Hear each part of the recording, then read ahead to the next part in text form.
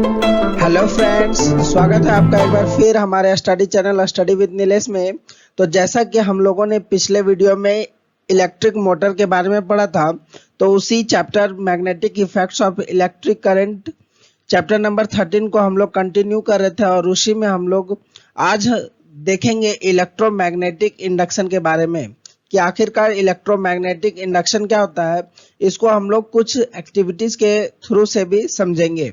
तो अभी तक आपने इस चैनल को सब्सक्राइब नहीं किया है तो प्लीज जरूर से जरूर सब्सक्राइब करें और इस चैप्टर को हम लोग आगे बढ़ाते हैं और समझते हैं कि इलेक्ट्रोमैग्नेटिक इंडक्शन क्या होता है। तो देखते हैं कि इलेक्ट्रोमैग्नेटिक इंडक्शन क्या होता है। इलेक्ट्रोमैग्नेटिक इंडक्शन को समझने के लिए हम लोगों को magnetic effects of electric current को समझना होगा, ठीक है। तो उसमें magnetic effects of electric current में क्या होता था कि जब कभी हम लोग करंट कैरिंग कंडक्टर, ठीक है, वैसा कंडक्टर जिससे हम लोग करंट पास कराते हैं, ठीक है, तो जब भी हम लोग कंडक्टर से करंट पास कराते हैं तो उसके अगल बगल क्या होता है, मैग्नेटिक फील्ड जनरेट हो जाता है। उसी को हम लोग क्या कहते हैं, magnetic effects of electric current, ठीक है। तो उसी फेनोमेना का जस्ट अपोजिट फेनोमेना है इलेक्ट्रोमैग्नेटिक इंडक्शन। इसमें क्या होता है, इसमें होता है ये है कि अगर हम लोग एक कंडक्टर को मैग्नेटिक फील्ड के बीच में रख देंगे, ठीक है, फिर से एक कंडक्टर को मैग्नेटिक फील्ड के बीच में रख देंगे और उस मैग्नेटिक फील्ड में कुछ चेंज करेंगे तो उससे क्या होगा, कंडक्टर में करंट आ जाएगा। समझ में आया, कंडक्टर में करंट आ जाएगा। उसी फेनोमेना को क्या बोलेंगे, इलेक्ट्रोमैग्नेटिक इंडक्शन।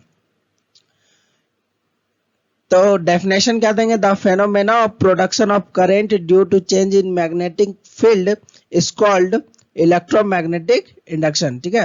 यहाँ पे इलेक्ट्रो मतलब क्या हो गया, इलेक्ट्रिसिटी, मैग्नेटिक मींस मैग्नेट और इंडक्शन मींस मैग्नेट के कारण, मैग्नेटिक फील्ड के कारण इलेक्ट्रिसिटी का इंड्यूस हो जाना। इंड्यूस मींस उत्पन्न हो जाना, ठीक है, पैदा हो जाना।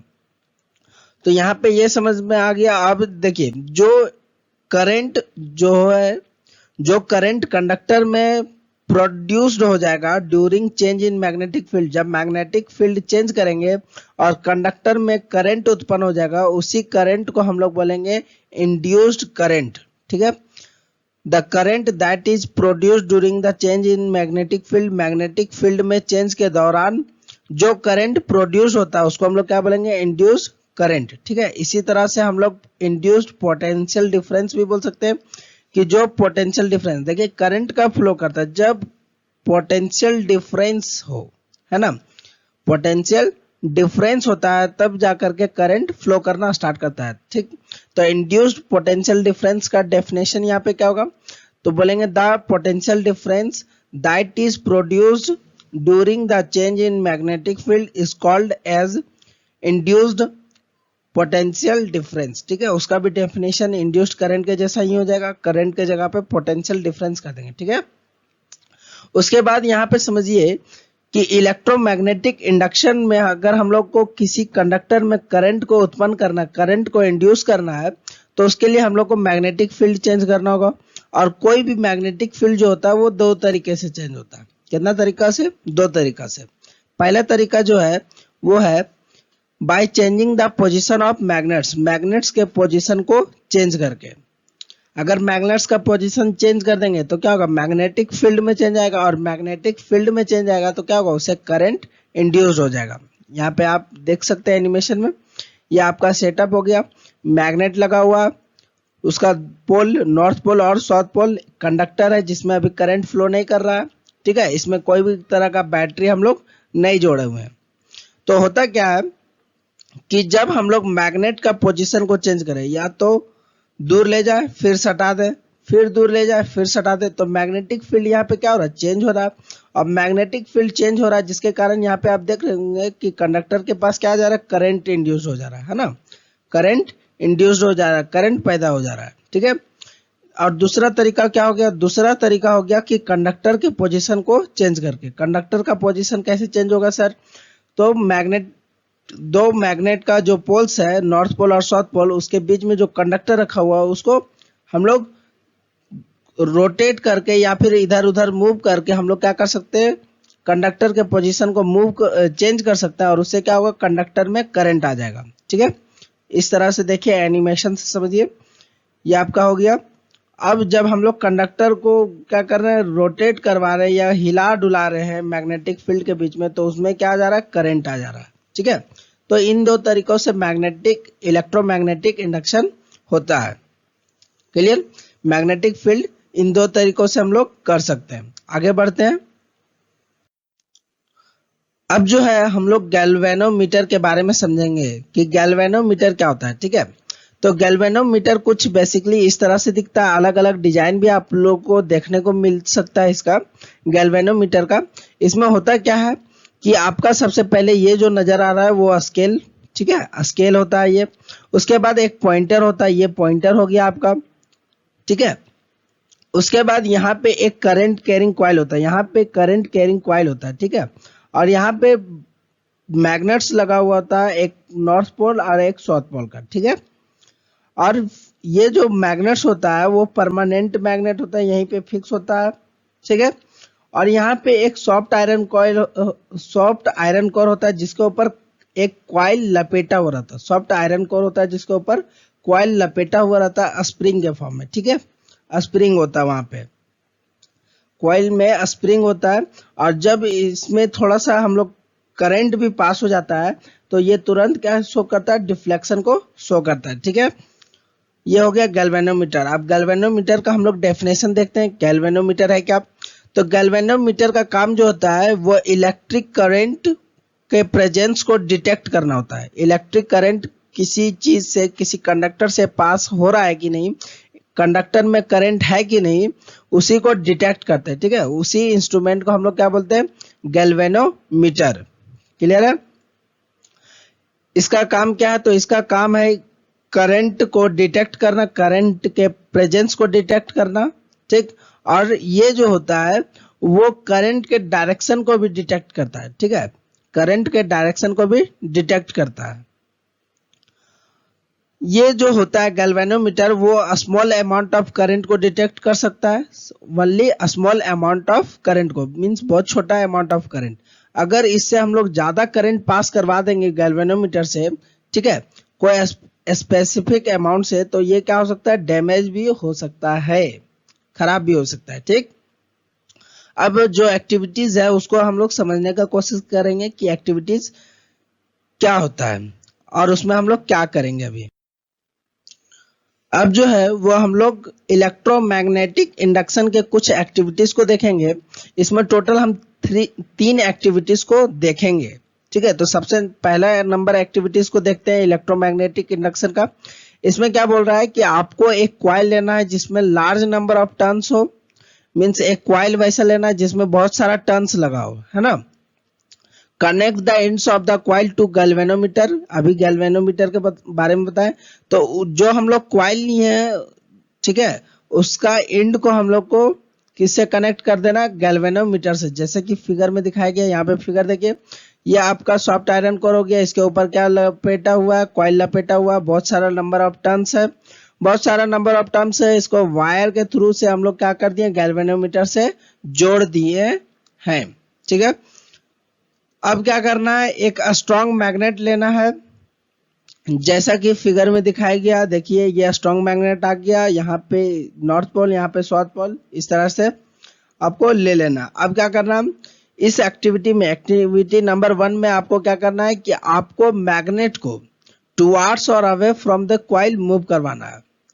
इस मैग्नेट को टुवार्ड्स द कॉइल, कॉइल की तरफ, और कॉइल से दूर आपको मूव करवाना है। लेकिन यहाँ पे ध्यान रखने वाली बात क्या है कि जो कॉइल होगा वो स्टेशनरी पोजीशन में होगा, मींस एक जगह स्थिर होगा। ठीक, और मूव क्या करवाना है, मैग्नेट को आगे और पीछे, टुवार्ड्स द मैग्नेट और away from the magnet coil.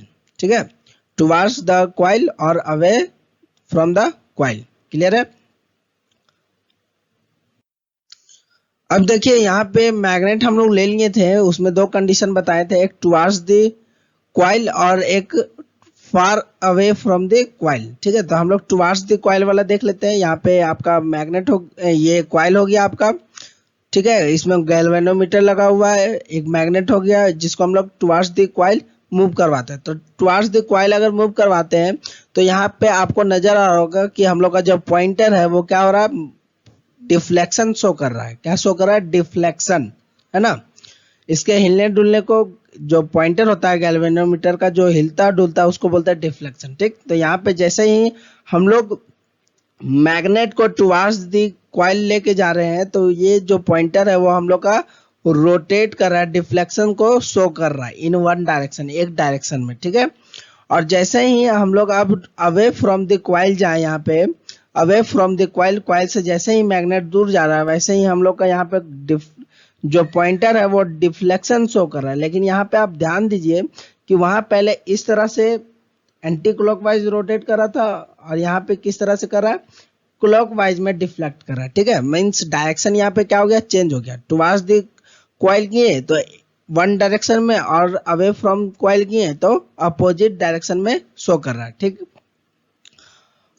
तो यहाँ पे जो रिजल्ट निकल करके आया उसको समझते हैं कि रिजल्ट क्या निकल करके आया है एक्टिविटी नंबर 1 में।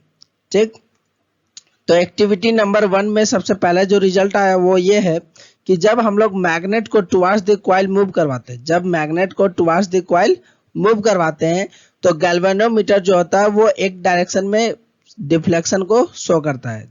ठीक है, और जैसे ही हम लोग मैग्नेट को moved away from the coil करवाएं, कॉइल से दूर ले गए, तो गैल्वेनोमीटर जो है वो डिफ्लेक्शन को शो किया, लेकिन कौन सा डायरेक्शन में, अपोजिट डायरेक्शन में। ठीक है, जब हम लोग मैग्नेट को इनसाइड द कॉइल, कॉइल के अंदर अगर हम लोग रख देते हैं मैग्नेट को, तो गैल्वेनोमीटर जो होता है वो कोई भी तरह का डिफ्लेक्शन को नहीं शो करता है। ठीक, उसके बाद चौथा पॉइंट है कि अगर मैग्नेट को हम लोग फास्टली मूव करवाएंगे, मींस बहुत तेजी में मूव करवाएंगे, ठीक है, तो गैल्वेनोमीटर में जो डिफ्लेक्शन होगा वो और भी ज्यादा तेज होगा। ठीक, और जब हम लोग मैग्नेट को मूव करवाएंगे स्लोली तो गैल्वेनोमीटर में जो डिफ्लेक्शन होगा वो भी क्या होगा, स्लो होगा।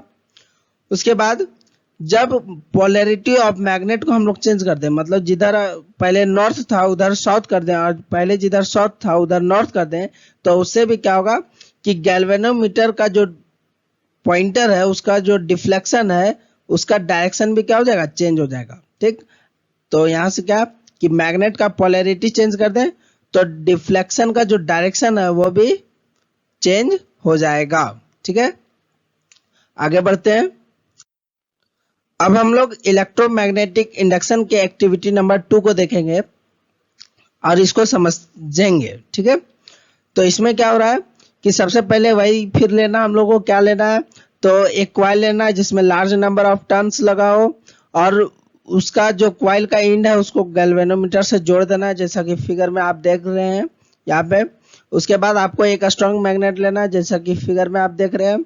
ठीक है, इसमें क्या करना है इस एक्टिविटी में कि आपको अब मैग्नेट को मूव नहीं करना है, मैग्नेट को अब स्टेशनरी कर देना है। ठीक है, और कॉइल को मूव करना है। किसको मूव करना है, कॉइल को। पहला वाला एक्टिविटी में क्या कर रहे थे कि कॉइल को स्टेशनरी रख रहे थे और मैग्नेट को मूव कर रहे थे, लेकिन इसमें क्या कर रहे हैं कि मैग्नेट को स्टेशनरी रख रहे हैं, एक जगह स्थिर रख रहे हैं और कॉइल को मूव कर रहे हैं। ठीक है, तो क्या रिजल्ट होता है हम लोग के सामने, आइए समझते हैं। तो देखिए हो क्या रहा है कि जब हम लोग मैग्नेट से दूर लेके जा रहे हैं कॉइल को तब क्या होगा, तो देखिए जब हम लोग मैग्नेट से दूर लेके जा रहे हैं कॉइल को तो यहाँ पे आपको नजर आ रहा होगा कि कॉइल में जो डिफ्लेक्शन है पॉइंटर का, गैल्वेनोमीटर में जो पॉइंटर का डिफ्लेक्शन है वो एक डायरेक्शन में शो कर रहा है। ठीक है, लेकिन जैसे ही हम लोग टुवर्ड्स द मैग्नेट लेके जाएंगे तो क्या होगा देखते हैं।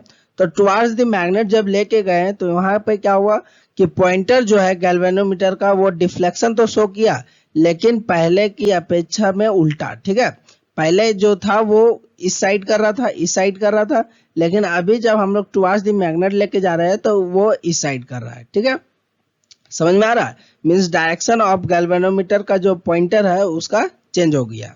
ठीक, और जब हम लोग मैग्नेट को इनसाइड दी कॉइल रख देंगे तो क्या होगा, कोई भी तरह का डिफ्लेक्शन शो नहीं करेगा। तो यहाँ से 3 केस फिर निकल गए, उसमें भी 3 केस था, इसमें भी 3 केस हो गया। अब रिजल्ट के बारे में देखते हैं कि रिजल्ट क्या होता है इस एक्टिविटी का। तो अब रिजल्ट को देखते हैं एक्टिविटी नंबर 2 का।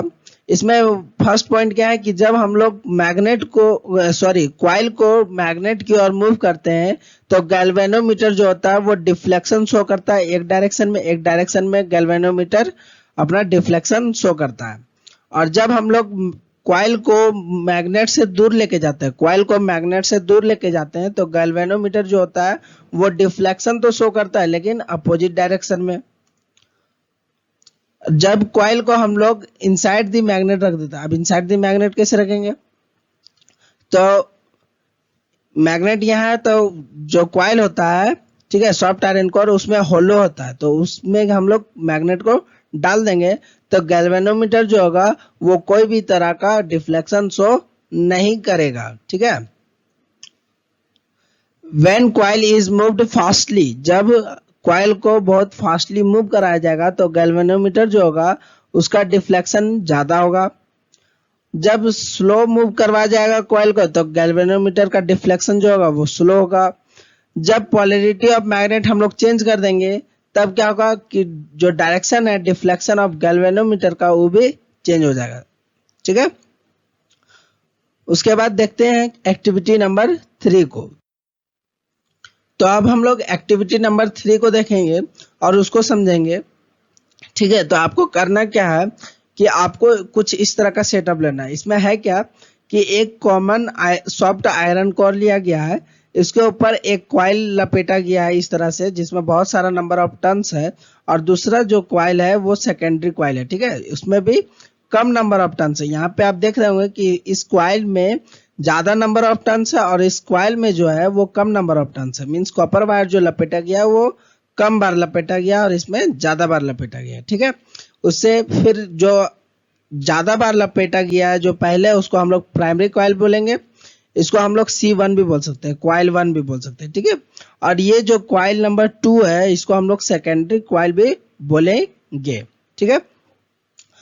तो प्राइमरी कॉइल से आपको क्या करना है, एक बैटरी को जोड़ देना है, ठीक है, बैटरी को जोड़ देना है और स्विच जो रहेगा वो ऑफ रहेगा, अभी स्विच कनेक्टेड नहीं होगा, मींस कोई भी तरह का पावर सप्लाई नहीं देंगे प्राइमरी कॉइल में, ठीक।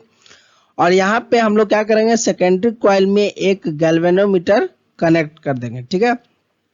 तो इसमें बेसिकली हो क्या रहा है कि जब हम लोग प्राइमरी कॉइल से जोड़े हैं बैटरी और सेकेंडरी कॉइल में जोड़े हैं गैल्वेनोमीटर और स्विच जब ऑफ है, ठीक है, तो प्राइमरी कॉइल में कोई भी करंट फ्लो नहीं करेगा। पहली बात, प्राइमरी कॉइल में कोई भी करंट फ्लो नहीं करेगा, और कोई भी करंट फ्लो नहीं करेगा तो सेकेंडरी कॉइल में क्या होगा, कोई जो गैल्वेनोमीटर लगा है उसमें कोई भी तरह का डिफ्लेक्शन शो नहीं करेगा, ठीक है।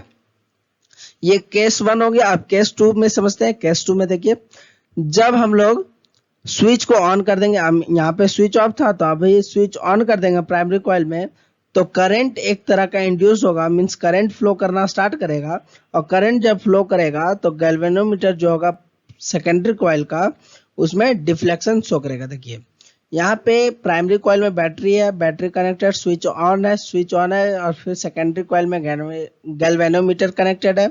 और यहाँ पे बेसिकली हो क्या रहा है कि जब बैटरी से पावर सप्लाई जा रहा है तो इसमें करंट फ्लो कर रहा है, और इसमें जब करंट फ्लो कर रहा है तो ये क्या कर रहा है, करंट फ्लो करने के बाद इसका जो मैग्नेटिक फील्ड है वो इससे जाकर के कनेक्टेड हो जा रहा है सेकेंडरी कॉइल से, ठीक है। मैग्नेटिक फील्ड जाकर के कनेक्टेड इससे हो जा रहा है, लिंक हो जा रहा है, और मैग्नेटिक फील्ड जब इससे लिंक हो जा रहा है सेकेंडरी कॉइल से तो इसमें भी क्या हो रहा है, एक करंट प्रोड्यूस हो जा रहा है, और करंट जब प्रोड्यूस हो जा रहा है तो उसको नापने के लिए क्या होता है, करंट प्रोड्यूस को नापने वाला मशीन को क्या कहते हैं, गैल्वेनोमीटर। यहाँ पे गैल्वेनोमीटर क्या शो कर रहा है, उसका पॉइंटर डिफ्लेक्शन शो कर रहा है ना, और ये एक डायरेक्शन में शो कर रहा है क्लॉकवाइज में, ठीक है, क्लॉकवाइज डायरेक्शन में शो कर रहा है यहाँ पे, मींस वन डायरेक्शन में, ठीक है।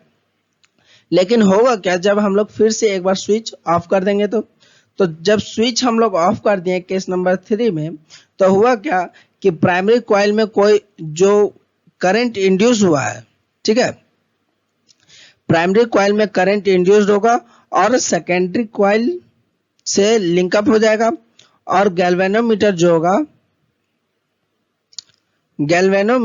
होगा, वो डिफ्लेक्शन को शो करेगा लेकिन अपोजिट डायरेक्शन में, ठीक है। वो कुछ देर के लिए होगा, मोमेंट्री डिफ्लेक्शन इसको बोलेंगे। ये रिपीटेड नहीं होगा, मोमेंट्री डिफ्लेक्शन है, कुछ क्षण के लिए, ठीक है, दोनों केस में। तो जब फिर से हम लोग स्विच ऑफ कर दिए, ऑन करने के बाद फिर से स्विच ऑफ कर दिए, तो क्या होगा कि इसमें करंट फ्लो करना बंद कर देगा, लेकिन कुछ कुछ करंट तो होगा ना जो कि रिटर्निंग जाएगा। अब जब करंट रिटर्निंग जाएगा, क्योंकि मैग्नेटिक फील्ड क्या हो जा रहा है, कम हो जा रहा है, मैग्नेटिक फील्ड कम हो जाएगा तो सेकेंडरी कॉइल में क्या होगा, करंट बाहर जाएगा।